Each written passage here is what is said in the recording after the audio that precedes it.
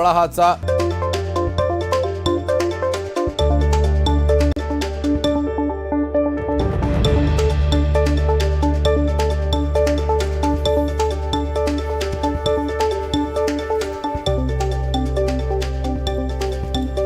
और इस वक्त की बड़ी खबर आपको बता दें, भोपाल पहुंचे प्रधानमंत्री नरेंद्र मोदी और पीएम मोदी लाल परेड ग्राउंड के लिए रवाना। वंदे भारत ट्रेन को हरी झंडी दिखाएंगे रानी कमलापति स्टेशन पर और कंबाइंड कमांडर कॉन्फ्रेंस में प्रधानमंत्री नरेंद्र मोदी शामिल होंगे। लगातार इन दोनों ही बड़ी खबरों पर हमारी नजर रहेगी, तस्वीरें भी साथ साथ आपको दिखाएंगे। फिलहाल जो जानकारी मिल रही है उसके अनुसार आपको बता दें, प्रधानमंत्री नरेंद्र मोदी पहुंच चुके हैं भोपाल। देश के मध्य यानी देश के दिल, मध्य प्रदेश की दिल भोपाल में इस वक्त की बड़ी खबर। आपको कुछ तस्वीरें दिखा रहे हैं जब प्रधानमंत्री नरेंद्र मोदी वहां पहुंचे और एयरपोर्ट से प्रधानमंत्री नरेंद्र मोदी निकले और अब आगे के कार्यक्रमों में शामिल होने के लिए वे रवाना हुए। ये उस वक्त की तस्वीर हम आपको दिखा रहे हैं जब प्रधानमंत्री नरेंद्र मोदी का प्लेन लैंड हुआ था वहां पर, और उसके बाद प्रधानमंत्री नरेंद्र मोदी रवाना हुए हैं परेड ग्राउंड की तरफ। आपको बता दें, इस पूरे कार्यक्रम से जुड़ी हर ताजा अपडेट, लगातार जानकारी हम आप तक पहुंचाएंगे।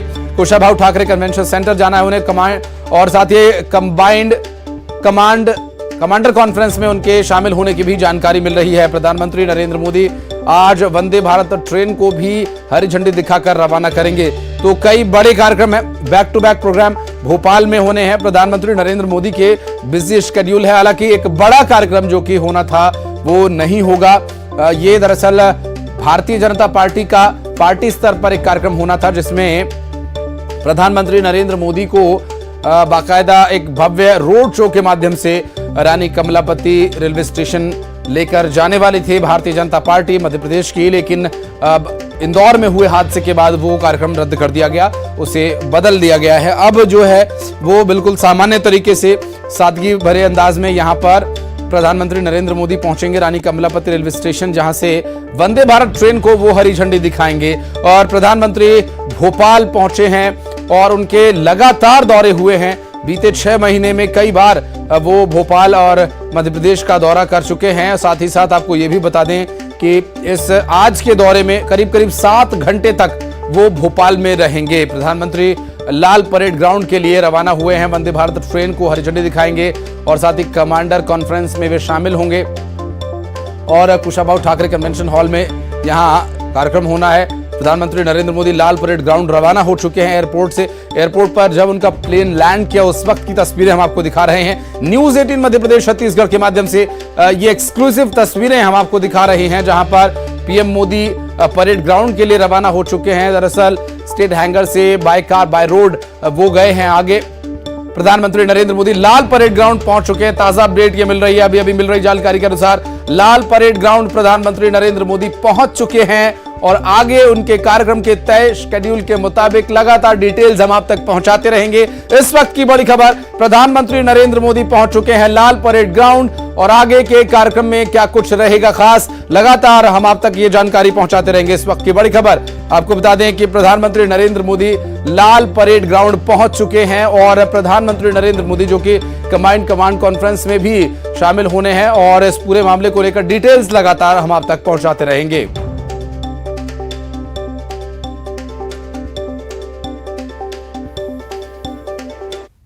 प्रधानमंत्री श्रीमान नरेंद्र मोदी जी मध्य प्रदेश की धरती पर पधार रहे हैं। उनका मध्य प्रदेश आगमन मध्य प्रदेश के लिए सौभाग्य के सूर्य के उदय के समान है। आज वो मध्य प्रदेश को एक और सौगात देने वाले हैं। भोपाल से दिल्ली जाने वाली वंदे भारत ट्रेन की सौगात, जिसके कारण भोपाल से दिल्ली तक पहुंचने में अब और कम समय लगेगा। प्रधानमंत्री जी एक वैभवशाली, गौरवशाली, संपन्न, समृद्ध, शक्तिशाली और एक नए भारत के निर्माता है। मध्य प्रदेश की धरती पर हम जो विकास के कार्य कर पा रहे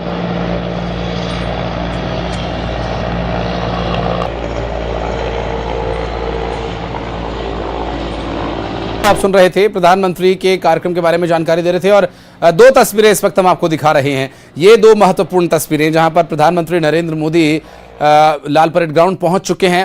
सेंटर है वो लगभग 300 शैलेंद्र हमारे सहयोगी डिटेल्स दे रहे हैं और वहां से वो लगातार अब जो है काफिला आना शुरू हो गया है। और देखिए बिल्कुल देखिए हाँ बिल्कुल जिस तरीके से अब काफिला है वो अब पहुंचने वाला है कुशाभाऊ कन्वेंशन सेंटर। इस कन्वेंशन सेंटर में जो सेना के जो तीनों सेनाध्यक्ष हैं उनके साथ और जो सीडीएस है अनिल चौहान वो यहाँ पहुंचे हुए 3 दिवसीय ये पूरा कॉन्फ्रेंस आयोजित किया जा रहा है। उसमें शामिल होने के लिए वो यहाँ पहुंच रहे हैं और 3 दिन से लगातार इस बात को लेकर मंथन हो रहा है कि अगर सेना में किस तरह की चीजें जो है और लागू की जा सकती है। सबसे महत्वपूर्ण विषय जो है वो है सेना को आत्मनिर्भर बनाने को लेकर, क्योंकि जिस तरीके से अभी चाहे उपकरण हो, हथियार हो या फिर दूसरी अन्य सामग्री, उसको लेकर हम दूसरे देशों पर निर्भर रहते हैं। और ऐसे में अब भारत इस दिशा में आगे बढ़ रहा है कि किस तरीके से स्वदेशी हथियार और उपकरण जो है वो तैयार किए जाएं ताकि सेना को किसी दूसरे देश पर निर्भर न रहना पड़े। और जिस तरीके से हाल ही में जो नीति है, देखिए सबसे पहली तस्वीरें हम आपको न्यूज़ 18 के माध्यम से दिखा रहे हैं कि देखिए प्रधानमंत्री नरेंद्र मोदी का काफिला जो है वो अब सड़क पर है और जिस तरह हेलीपैड से जो काफिला शुरू हुआ था वो आगे अब आता लगातार दिखाई दे रहा है। एक के बाद एक गाड़ियां जो है वो आती जा रही है और ये कुशाभाऊ कन्वेंशन पहुंच रही है। और देखिए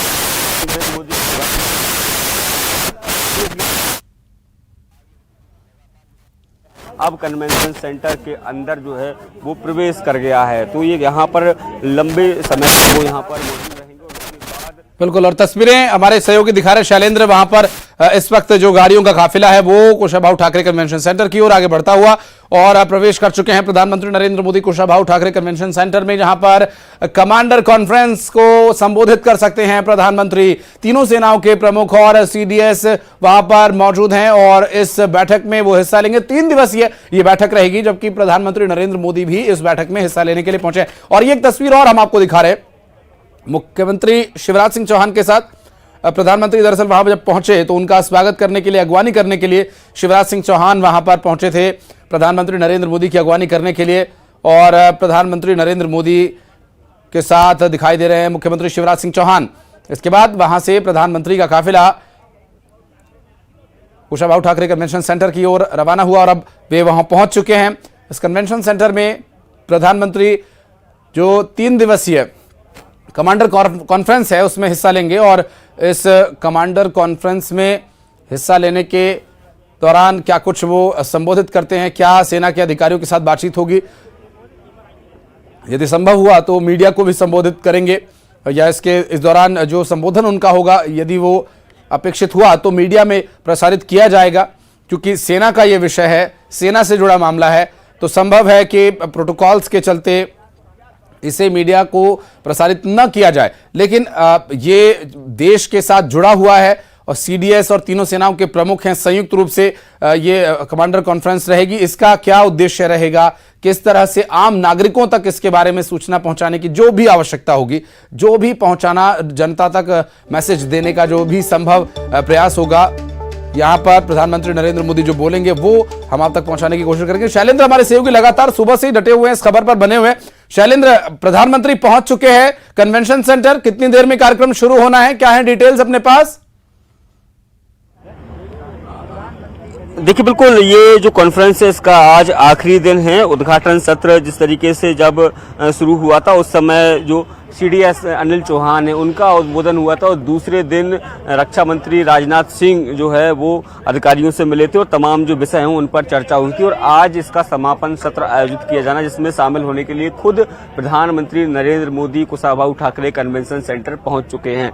अगर जिस तरह से आप बता रहे थे कि जो विषय है, विषय बहुत महत्वपूर्ण है कि किस तरीके से सेना को आत्मनिर्भर बनाया जाए, क्योंकि कई तरह के हथियार हैं या उपकरण हैं अभी हम दूसरे देशों से लेते हैं और ऐसे में बहुत आवश्यक हो जाता है कि जब आत्मनिर्भर भारत की बात होती है, मेक इन इंडिया की बात होती है, तो क्यों ना मध्य प्रदेश के लिहाज से देखें या फिर देश के लिहाज से देखें तो ये हथियार जो उपकरण है वो देश में ही तैयार हो और हम दूसरे देशों को सप्लाई करें। इस दिशा में एक बड़ी जो बातचीत है वो लगातार चल रही है। इसके अलावा जिस तरीके से अग्निवीर योजना अभी हाल ही में जो शुरू की गई थी उसका क्या फीडबैक है और आगे उसको किस तरीके से आगे बढ़ाना है उसको लेकर चर्चा है। और साथ में ही एक महत्वपूर्ण चर्चा ये भी है कि इस पूरे एक साल में किस तरीके से सेना ने काम किया, क्या क्या बड़े काम रहे और आगामी साल को लेकर क्या रणनीति है, आने वाले समय को लेकर क्या रणनीति है। खासकर जिस तरीके से चाहे पाकिस्तान बॉर्डर की बात करूं या चाइना बॉर्डर की बात करूं, जिस तरीके से हमेशा थोड़ी सी खींचतान का माहौल बना रहता है, तो उसको लेकर सेना की क्या रणनीति है, तीनों सेना की क्या रणनीति है। तीनों सेनाध्यक्ष यहाँ पर मौजूद हैं, खुद सीडीएस अनिल चौहान यहाँ मौजूद है। तो ये तमाम जो बातें हैं वो इसमें जो चर्चा की जाएंगी। हालांकि अभी तक अगर 2 दिन की कॉन्फ्रेंस की बात करूं तो कोई भी बात मीडिया से शेयर नहीं की गई, क्योंकि बहुत कॉन्फिडेंशियल ये बैठक रहती है और अब से पहले ये बैठक हमेशा दिल्ली में होती रही, लेकिन पहला ऐसा मौका है कि दिल्ली के बाहर ये बैठक आयोजित की जा रही है। तो राजधानी भोपाल में ये बैठक आयोजित की जा रही है और ये बैठक लगभग 2:30 बजे तक अभी ये चलेगी, क्योंकि तीसरा दिन और समापन सत्र है। और इसके साथ ही मैं एक बात बताऊं कि इसके साथ साथ में एक फौजी मेला भी यहाँ लगाया गया, ताकि फौज से जुड़ी हुई जो चीजें हैं उनको आम लोगों के लिए प्रदर्शनी लगाई गई, यानी लोग ये जान सके कि आखिर किस तरीके से रॉकेट लॉन्चर काम करता है, किस तरीके से टैंक काम करते हैं या जो दूसरे वेपन्स हैं वो किस तरीके से काम करते हैं, सेना कौन कौन से उपकरण का इस्तेमाल और हथियारों का इस्तेमाल करती है। ये आम लोगों के लिए भी लगाया गया है, ताकि आम लोग जो सेना को बारीकी से या ये कहें कि उनको जान सकें, उनके कामकाज को जान सकें। तो लगभग 2:30 बजे तक जो है प्रधानमंत्री नरेंद्र मोदी जो है सभा ठाकरे कन्वेंशन सेंटर में रहेंगे और 3 बजे के आसपास वो यहाँ से रानी कमलापति के लिए रवाना होंगे। ये बाय रोड जो है ये काफिला पूरा जाएगा, लगभग 5 से 7 किलोमीटर का ये जो आप सामने रास्ता देख रहे हैं, इसी रास्ते के माध्यम से वो जो जेल पहाड़ी होती हुई कुशावा ठाकरे से लेकर रानी कमलापति पहुंचेंगे और वहां 3:15 पर जब वहां पहुंचेंगे तो वहां पर वंदे भारत यानी मध्य प्रदेश की पहली वंदे भारत ट्रेन को वो हरी झंडी दिखाएंगे और इस दौरान कुछ विद्यार्थी भी वहां पर मौजूद रहेंगे, उनसे वो इंटरेक्शन करेंगे, उनसे वो बात करेंगे और वो विद्यार्थी जो है वो इसी ट्रेन में सवार होकर आगे का सफर भी करेंगे। तो आज सांकेतिक तौर पर ये ट्रेन चल रही है, लेकिन 3 तारीख से ये ट्रेन जो है वो रेगुलर बेस पर जो रानी कमलापति है वहां से दिल्ली के लिए ये चलेगी। इसका समय लगभग 5:30 बजे का रखा गया। बिल्कुल, मैं आऊंगा उस डिटेल्स पर भी आपसे बात करूंगा जरूर। मैं अपने दर्शकों तक वो डिटेल्स भी आपके माध्यम से पहुंचाना चाहूंगा, क्योंकि इससे पहले भी हम ये जानकारियां कुछ दे चुके हैं, लेकिन उसमें कुछ बदलाव तो नहीं, इसके लिए मैंने आपसे पूछा था सवाल। लेकिन एक और महत्वपूर्ण सवाल शैलेंद्र आपसे रहेगा, क्योंकि आप इस खबर को लगातार फॉलो कर रहे हैं और सुबह से आप मौके पर डटे हुए हैं, जहां भी प्रधानमंत्री की मूवमेंट रहेगी काफी चुनौतीपूर्ण होता है और लगातार प्रधानमंत्री की मूवमेंट को फॉलो करना हमारे जो दर्शक जो नहीं जानते उनको मेरा बताना स्वाभाविक हो जाता है। लेकिन एक चीज आपसे शैलेंद्र ये समझना चाहेंगे हमारे दर्शकों के लिए कि ये चूंकि सबके अलग अलग चश्मे, सबके अलग अलग नजरिए होते हैं हर बात को देखने के लिए, तो उन लोगों के लिए ये सवाल है कि प्रधानमंत्री भोपाल आए हैं, मध्य प्रदेश में चुनाव होने हैं, तो कई लोग उस चश्मे से भी इसे देखते हैं। लेकिन इससे पहले प्रधानमंत्री के ताबड़तोड़ दौरे हुए हैं 6 महीने में। अगर मैं गलत नहीं हूं शैलेंद्र तो मुझे करेक्ट कीजिएगा, 5वां या 6ठा दौरा प्रधानमंत्री का है ये।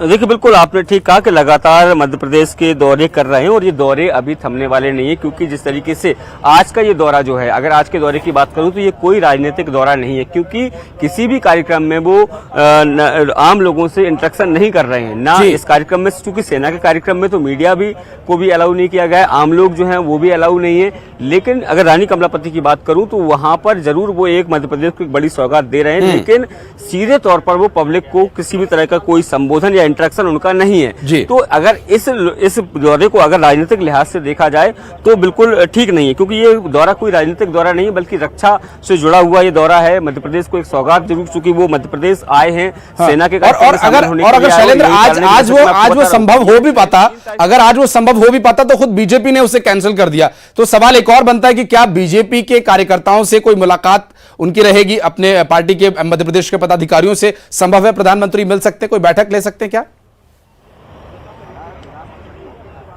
देखिए बिल्कुल आज के इस दौरे में किसी भी तरह की कोई भी बैठक कोई भी मुलाकात संभव नहीं है, क्योंकि जिस तरीके से केवल यही एक मौका था कि जब वो कुशाभाऊ कन्वेंशन सेंटर से लेकर रानी कमलापति तक जाते, उस दौरान जो है वो बीजेपी के कार्यकर्ताओं ने उनकी स्वागत की बड़ी तैयारियां की थी। लगभग 7 से 8 किलोमीटर का ये पूरा रास्ता था जो रूट तय किया गया था, उसमें जगह जगह उनके स्वागत की तैयारियां की गई थी। तमाम फूल मालाएं हों, गाजे बाजे हों, या फिर जो दूसरी तरीके से आतिशबाजी हो, इस तरह से तमाम तैयारियां जो है वो की गई थी। लेकिन जिस तरीके से इंदौर में जो हादसा पेश आया, उसके बाद खुद कल प्रदेश अध्यक्ष वी डी शर्मा ने बाकायदा मीडिया को यह बताया कि किसी भी तरह का कोई भी आयोजन प्रधानमंत्री के स्वागत का नहीं किया जाएगा, क्योंकि एक बड़ा हादसा मध्य प्रदेश में हुआ है। तो ये बताता है कि किस तरीके से संवेदनशीलता भी सरकार के द्वारा बरती जा रही है, क्योंकि देखिए मध्य प्रदेश में एक बड़ा हादसा हुआ और ऐसे में प्रधानमंत्री का अगर दौरा होता है तो ऐसे में स्वागत करना या ये कहें कि स्वागत के लिए कार्यकर्ता उत्साहित रहते हैं,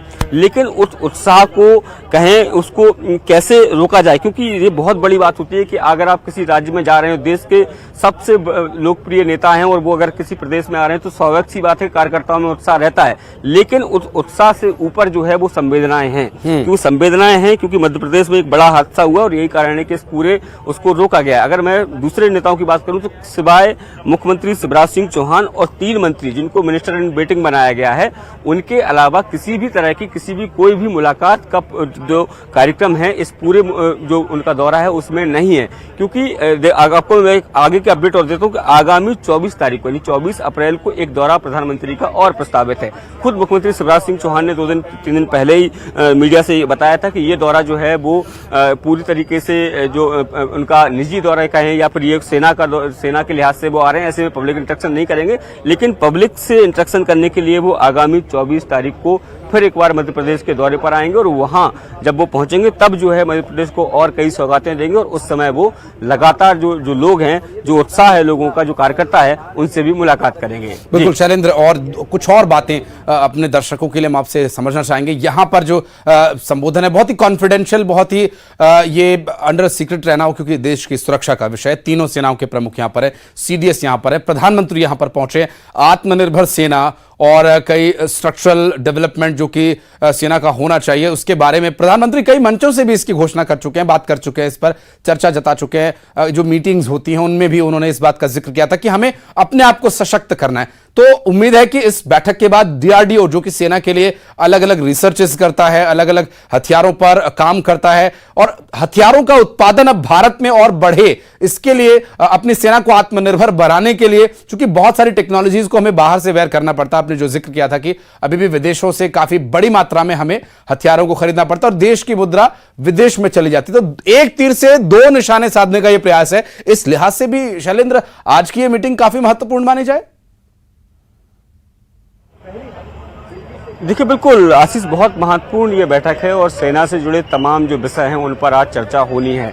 ये कुशाभाऊ कन्वेंशन सेंटर है जहां पर अब जो है प्रधानमंत्री पहुंच चुके हैं और चर्चाओं का दौर भी शुरू हो गया है। न केवल तीनों सेना के अध्यक्ष बल्कि CDS भी यहाँ मौजूद हैं, रक्षा मंत्री राजनाथ सिंह भी यहाँ 2 दिन पहले पहुंच चुके हैं, वो भी यहाँ मौजूद हैं। और अब से पहले 2 दौर की बातचीत, यानी परसों की बात करूं, कल की बात करूं, ये 2 दौर की बातचीत जो है वो सेना अध्यक्ष और CDS और जिसके अलावा जो और अधिकारी हैं उन सबसे हो चुकी है। अब जो है उस बैठक का आज अंतिम दिन है और बैठक के अंतिम दिन खुद प्रधानमंत्री नरेंद्र मोदी पहुंचे, तो ऐसे में अब तक किन किन विषयों पर चर्चा हुई और कैसे उसको अमली जामा पहनाया जाना है, यानी अंतिम मोहर जो कार्यक्रम तय किए गए हैं सेना के लिहाज से, चाहे वो आत्मनिर्भर भारत के तहत जो है आत्मनिर्भर सेना को बनाने की बात हो या फिर दूसरी जो योजनाएं चल रही हैं उनको लेकर बात हो, या फिर जिस तरीके से जो तैयारियां रहती हैं, चाहे वो पाकिस्तान बॉर्डर की बात हो, चाइना बॉर्डर की बात हो, या फिर जो तमाम जो चीजें हैं इंटरनल सिक्योरिटीज की अगर मैं बात करूं, वो सारी चीजें जो है वो आज डिस्कशन होनी है। नहीं डिस्कस तो हो चुकी है लगभग, अब उनको फाइनल मोहर जो है वो लगनी है, क्योंकि खुद प्रधानमंत्री यहाँ पहुंचे हुए हैं। ऐसे में रक्षा मंत्री जो है वो उनसे सारी चीजों को अवगत कराएंगे कि अब तक क्या क्या चीजें इस बैठक में हुई हैं, क्या क्या बातें हुई हैं और उस पर आगे किस तरीके से बढ़ा जाना है। और जिस तरीके से आपने भी जिक्र किया कि प्रधानमंत्री नरेंद्र मोदी लगातार कई मंचों से सेना का मनोबल बढ़ाने का काम करते रहे हैं, सेना को सशक्त बनाने की दिशा में लगातार वो बात करते रहे हैं। आत्मनिर्भर भारत की बात वो करते हैं, मेक इन इंडिया की वो बात करते हैं। तो ऐसे में अब बहुत आवश्यक हो जाता है कि जो सामान्य जीवन है उसमें तो मेक इन इंडिया एक बड़ा योगदान निभा ही रहा है, लेकिन सेना के लिहाज से अगर किस तरीके से मेक इन इंडिया और जो का उपयोग हो सकता है, यानी आत्मनिर्भर भारत की दिशा में कैसे काम किया जा सकता है, उसको लेकर भी यहाँ पर बहुत लंबी चर्चा होने वाली है। क्योंकि जिसका मैं बार बार जिक्र कर रहा हूँ कि अभी बहुत सारे उपकरण, बहुत सारे हथियार ऐसे हैं जिसपे हमको दूसरे देशों पर डिपेंड रहना होता है, लेकिन अब भारत उस दिशा में आगे बढ़ चला है कि जब हम हथियार तैयार करेंगे, हम उपकरण तैयार करेंगे, हम टैंक तैयार करेंगे और दूसरे देशों को हम देंगे, तो उस दिशा में किस तरीके से आगे काम किया जाना है, क्या रणनीति है सेना की, डीआरडीओ है वो किस तरीके से आगे उनके लिए क्या कुछ नई चीजें लेकर आ रहा है, तो ये तमाम जो विषय हैं उन पर यहाँ पर चर्चा होनी है। सशक्त सेना को लेकर लगातार प्रधानमंत्री भी बात करते रहे हैं, रक्षा मंत्री भी बात करते रहे हैं, और हालांकि सेना की अगर बात करूं तो काफी सशक्त सेना है भारत की। मजबूत सेनाओं में अगर अंतर्राष्ट्रीय लेवल पर देखें तो भारत की सेना मानी जाती है। और ऐसे में अब चूंकि आज की ये बैठक हो रही है, बहुत महत्वपूर्ण बैठक है, 3 दिवसीय ये बैठक और उसका आज अंतिम दिन है। अंतिम दिन में क्या क्या और निर्णय होने हैं, इस सब को लेकर तमाम जो बातें हैं वो अभी यहाँ पर होंगी। हालांकि बहुत सारी बातें ऐसी हैं जो कॉन्फिडेंशियल रहेंगी, उनको बाहर नहीं जारी किया जा सकता, लेकिन तमाम जो विषय हैं उन पर लगातार जो है वो चर्चाओं का दौर संभवतः अब शुरू हो चुका होगा, क्योंकि प्रधानमंत्री नरेंद्र मोदी कुशाभाऊ कन्वेंशन सेंटर में पहुंच चुके हैं। बिल्कुल, और चूंकि बहुत बड़े और व्यापक पैमाने पर शैलेंद्र सेना को काम करना होता है, देश के जो सीमावर्ती राज्य हैं वहां पर तो सेना की महत्वपूर्ण भूमिका रहती ही है। अब देख रहे हैं हम कुछ दिनों से कि सेना को देश के भीतरी क्षेत्रों में भी अलग मोर्चे पर लड़ाई कई बार लड़नी पड़ती है, जिसमें नक्सली हों, उग्रवादी हों, जो लोगों में, आम लोगों में कई बार मिलकर रहते हैं, छिपकर रहते हैं। तो ये भी एक बहुत ही महत्वपूर्ण पहलू हो जाता है, बहुत तालमेल बिठाना। चूंकि सीमा पर आपको पता है कि आपका दुश्मन आपके सामने है, आपको एम करना है, शूट करना है या उनको किस तरह से अपनी सीमा से दूर रखना है, वहां पर आपकी नीति एकदम स्पष्ट है। लेकिन जहां पर आपका दुश्मन आपके अपने लोगों के बीच छिपकर बैठा है, वहां पर बहुत सूझबूझ की, बहुत तालमेल की जरूरत होती है, और उसका भी एक विषय यहां पर रहेगा। चूंकि जो आज की बैठक है ये निश्चित रूप से एक गूढ़, एक मंथन, एक चर्चा है इस स्तर पर। चूंकि सेना एक ऐसा एक जगह है, सेना के एक ऐसा संयुक्त ये पूरा अमला है जिसमें बहुत सोचने का समय नहीं मिलता है, बहुत ज्यादा आपको विमर्श करने के लिए समय नहीं मिलता है। तो इसलिए समय समय पर सेना की सभी टुकड़ियों तक ये मैसेज पहुंचाना, मंथन करना, ये कमांडर्स का काम होता है। इसलिए कमांडर कॉन्फ्रेंस ये कही जाती है, और इसीलिए 6 महीने, साल भर पर इस तरह के अलग अलग नाम से बैठकें निश्चित रूप से होना भी स्वाभाविक है। शैलेंद्र, आगे के कार्यक्रम के बारे में भी मैं आपसे जानना चाहूंगा। प्रधानमंत्री नरेंद्र मोदी यहां से कितने बजे निकलने वाले हैं? चूंकि जो रोड शो था वो तो कैंसिल हो गया है, तो अब जो बदलाव हुआ है वो क्या बदलाव है? देखिए बिल्कुल आशीष, पहली बात तो आपने जो कही कि सेना की रणनीति हमेशा बदलती रहती, क्योंकि न केवल बॉर्डर्स पर बल्कि इंटरनल सिक्योरिटी में अब सेना एक महत्वपूर्ण भूमिका निभा रही है। चाहे छत्तीसगढ़, उड़ीसा के जो नक्सल की बात हो या दूसरे अन्य इलाकों में, खासकर अरुणाचल और असम, उन इलाकों की बात करते हैं, तो जिस तरीके से इंटरनल सिक्योरिटीज को अब संभालने का सेना ने काम किया, और ऐसे में रणनीति भी उसकी उसी तरीके से बनानी पड़ती है। क्योंकि जिस बात का आप भी जिक्र कर रहे थे कि सेना जब बॉर्डर पर खड़ी होती है तो निशाना सीधा सामने होता है, दुश्मन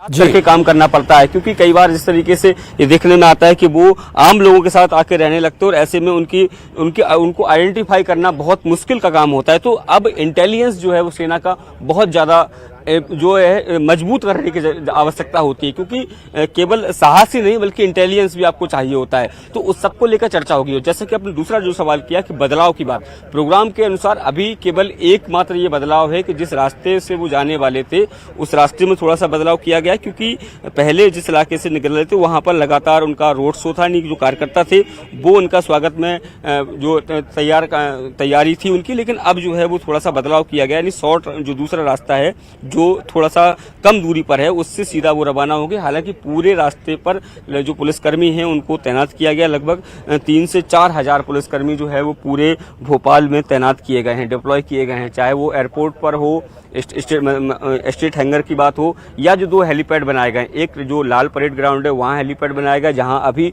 उन्होंने लैंड किया था। उसके बाद वो कुशाभाऊ कन्वेंशन सेंटर पहुंचे और कुशाभाऊ कन्वेंशन सेंटर से जेल पहाड़ी होते हुए 6 नंबर होते हुए बीजेपी दफ्तर के सामने से होते हुए वो जो रानी कमलापति है स्टेशन है वहां पर वो पहुंचेंगे। जो तय समय है लगभग 3:15 पर वो रानी कमलापति स्टेशन पहुंचेंगे प्रधानमंत्री, और वहां से लगभग 15 मिनट वहां पर रहेंगे। 3:30 पर वो बरकतुल्ला यूनिवर्सिटी के जो हेलीपैड है वहां पर बाय रोड पहुंचेंगे और हेलीपैड से वो स्टेट हैंगर पहुंचेंगे और स्टेट हैंगर से वो दिल्ली की तरफ रवाना होंगे। तो प्रोग्राम में कोई खास बदलाव अभी नहीं है, जो प्रोग्राम था वही है। केवल और केवल एक बड़ा बदलाव यही है कि जो जिस तरीके से जो हादसा पेश आया था उसके बाद बीजेपी के जो कार्यकर्ताओं ने स्वागत की तैयारियां की थी उसको रद्द किया गया और यही कारण है कि उस मार्ग को भी थोड़ा सा बदला गया है कि जो कम दूरी का रास्ता है उसके माध्यम से वो वहां पहुंचेंगे। बिल्कुल शैलेंद्र, ये जो भोपाल का दौरा है प्रधानमंत्री का, ये सेना के इंस्पेक्टर कमांडर कॉन्फ्रेंस में प्रधानमंत्री गए हैं। मुझे एक और अभी हाल ही में एक फौजी मेला जो भोपाल में आयोजित किया गया था वो भी, उसका भी ध्यान आता है। तो सेना की तरफ भोपाल से जो जुड़ाव है सेना का, चूंकि छावनी भी है भोपाल में, एक बड़ा सेना का यहाँ पर सेंटर भी है, उस लिहाज से भी, और आम लोगों को भी कनेक्ट कर रहे हैं फौज पर, आर्मी पर, लोगों का भरोसा बना रहे हैं। और हम कितने सशक्त हो रहे हैं। देश की आजादी से उस वक्त हमारे पास सिर्फ हौसला था और आज हमारे पास फैसला है, और फैसले के साथ हम अपने आप को आधुनिक और अत्याधुनिक करते जा रहे हैं। डीआरडीओ बेहतर हुआ है, सेना के पास अब वो हथियार है जो देश में बल्कि पूरी दुनिया में बड़ी बड़ी आर्मीज के पास होते हैं। वो अत्याधुनिक हथियारों के साथ अब हमारे सैनिक पूरी तरह से लैस होते हैं। इंटेलिजेंस, रडार अच्छे से अच्छे, बेहतर से बेहतर कम्युनिकेशन सिस्टम्स अब हमारे पास हैं। डीआरडीओ ने एक से एक ड्रोन्स बनाए हैं। तो भोपाल में वो मेला लगाकर लोगों का विश्वास जीतना, चूंकि आप की सुरक्षा में जो लोग शैलेंद्र खड़े हैं, अगर आपको उन पर भरोसा नहीं है तो संभव है कि वो उस उम्मीद पर खरे ना उतरे। लेकिन अगर आपको उन पर भरोसा है तो चाहे हथियार की टेक्नोलॉजी उतनी अच्छी ना भी हो तो भी आपका वो भरोसा कायम रखने के लिए आपके जो सुरक्षा में लगे जवान है, और खासकर भारतीय जवान जिसके पास हथियार से ज्यादा हौसला होता है, जिसके पास एमिनेशन से ज्यादा हौसला होता है, उसका साहस होता है, उसका शौर्य होता है। क्योंकि ये हमने कई मौकों पर, कई मोर्चों पर देखा है जब कई बार हथियारों की कमी रही। हालांकि इस वक्त तो पूरी तरह से सुसज्जित हमारी सेना है, लेकिन कई बार जब हथियारों की भी कमी थी तो हौसले से भारतीय जवानों ने लड़ाई लड़कर जीती है। चाहे वो चाइना फ्रंट पर 1962 का जो वॉर था, बहुत लंबा चला, वो ठीक है, उसके परिणाम जो भी रहे, लेकिन उस परिणाम के बावजूद भारतीय सैनिकों ने विपरीत परिस्थितियों में भी उस लड़ाई को पूरे दमखम से लड़ा। पाकिस्तान के साथ युद्ध हुआ और कई मोर्चों पर भारतीय सेना अक्सर अपनी चुनौतियों को पूरा करती है और उस पर विजय प्राप्त करती है। शैलेंद्र हमारे साथ बने रहेंगे। वक्त एक छोटे से ब्रेक का, जल्द लौटते हैं।